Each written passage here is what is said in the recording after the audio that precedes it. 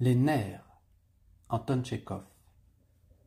Revenant à sa maison de campagne, sous l'impression d'une séance de spiritisme à laquelle il venait d'assister, l'architecte Dmitri Osipovitch Vaksin se mit involontairement à se rappeler en s'allongeant sur sa couche solitaire. Madame était allée en pèlerinage à Troïtsa. Se mit à se rappeler ce qu'il avait vu et entendu. Il n'y avait pas eu à proprement parler de séance. Cependant, la soirée s'était passée en conversation terrifiante. Une demoiselle avait, sans rime ni raison, commencé à parler de la lecture des pensées. De ce sujet, on en vint insensiblement aux esprits, des esprits aux apparitions, des apparitions aux gens enterrés vivants. Un monsieur lut l'effroyable histoire d'un homme enterré vivant, se retournant dans son cercueil. Vaksin lui-même avait demandé une soucoupe et montré aux demoiselles comment on s'entretient avec les esprits. Il évoqua notamment son oncle Kladvi Mironovitch et lui demanda in petto s'il n'était pas temps, en raison de la brièveté de la vie, de passer sa maison au nom de sa femme. Et son oncle avait répondu « En temps opportun, tout est bien ». Il y a dans la nature beaucoup de mystères et d'épouvantes, songeait Vaksin, en se glissant sous sa couverture. Ce ne sont pas les cadavres qui sont effrayants, c'est l'inconnu. Une heure sonna. Vaksin, se retournant, regarda de dessous sa couverture la petite flamme bleue de la lampe d'icône. Elle scintillait à peine, éclairant le buffet d'images et un grand portrait de Klavdi Mironovitch, suspendu en face du lit.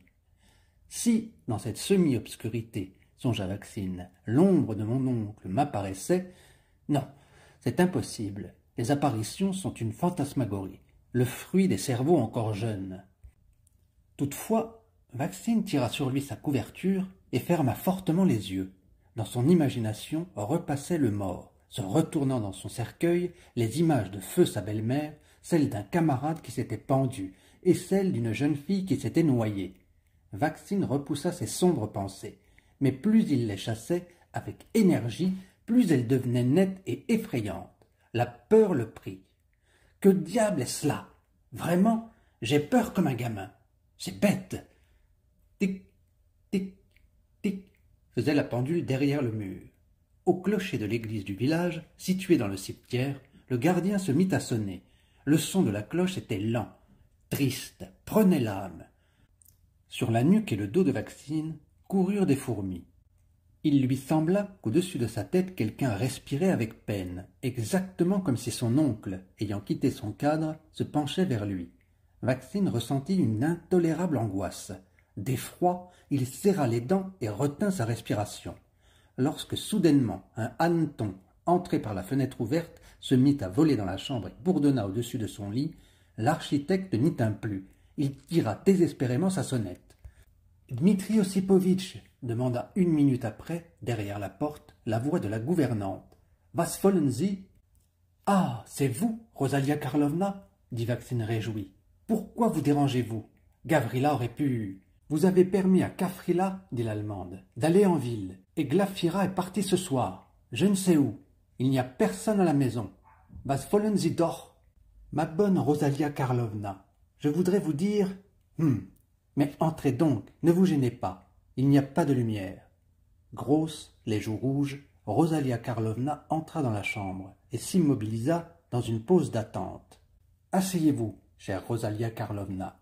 Voici ce dont il s'agit. » Que lui demander, pensa Vaksin, guignant du coin de l'œil le portrait de son oncle, et sentant son âme se calmer.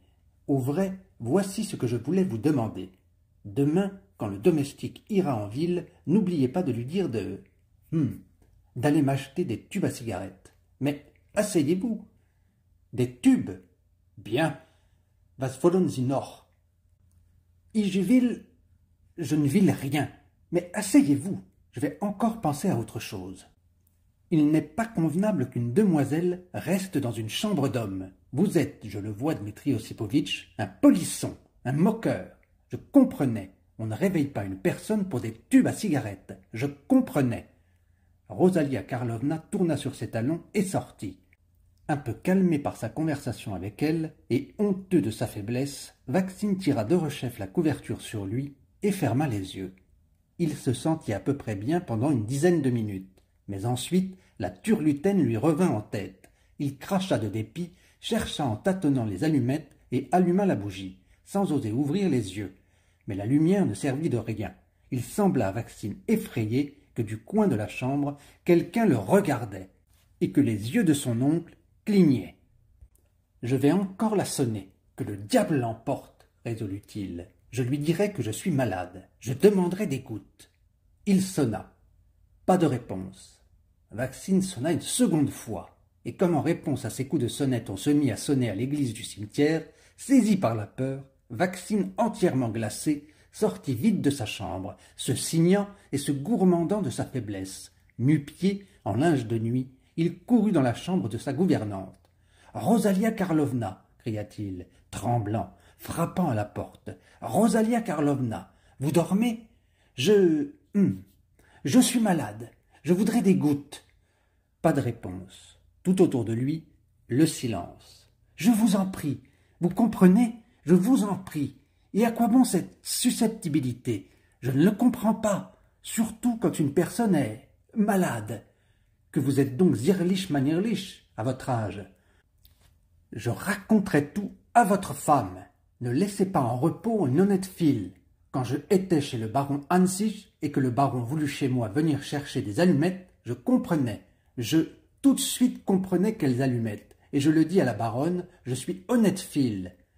Ah, quel diable de souci voulez-vous que j'aie de votre honnêteté? Je suis malade et je demande des gouttes. Comprenez-vous? Je suis malade.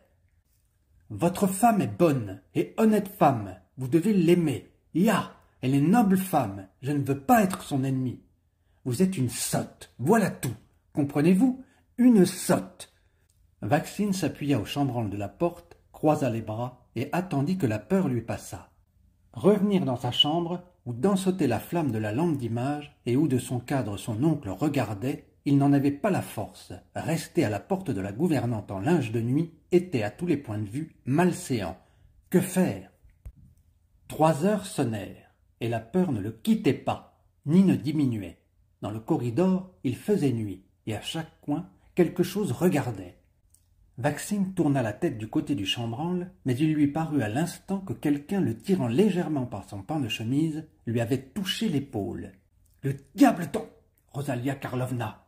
Vaccine, hésitant, ouvrit la porte et regarda dans la chambre. L'honnête Allemande dormait paisiblement. Une petite veilleuse éclairait les rondeurs de son corps lourd, respirant la santé. Vaccine entra dans la chambre et s'assit sur une malle en osier qui était près de la porte. En présence d'un être endormi, il se sentit mieux. « Qu'elle dorme, l'Allemagne !» pensa-t-il. « Je vais rester ici et à l'aube, je partirai. Maintenant, il fait jour de bonne heure. » Vaccine, en attendant qu'il fît jour, se replia sur la panière, passa son bras sous sa tête et se mit à penser. Ce que c'est tout de même que les nerfs. Un homme intelligent, habitué à penser, et qui sait on ne sait quoi, ça fait même honte. Bientôt, entendant la respiration calme et régulière de Rosalia Karlovna, il se calma tout à fait. À 6 heures du matin, revenant de Troïtsa et ne trouvant pas son mari dans sa chambre à coucher, Madame Vaccine entra chez la gouvernante pour lui demander de la monnaie, afin de payer son cocher. Pénétrant chez l'Allemande, elle y vit ce tableau. Sur le lit, toute découverte à cause de la chaleur, dormait Rosalia Karlovna, et, à une toise d'elle, roulée en rond sur une panière, son mari ronflant du sommeil du juste. Il était nu-pied, en linge de nuit. Que dit sa femme et combien fut stupide la mine du mari quand il se réveilla, je laisse à d'autres le soin de le décrire. Hors de force, je dépose les armes.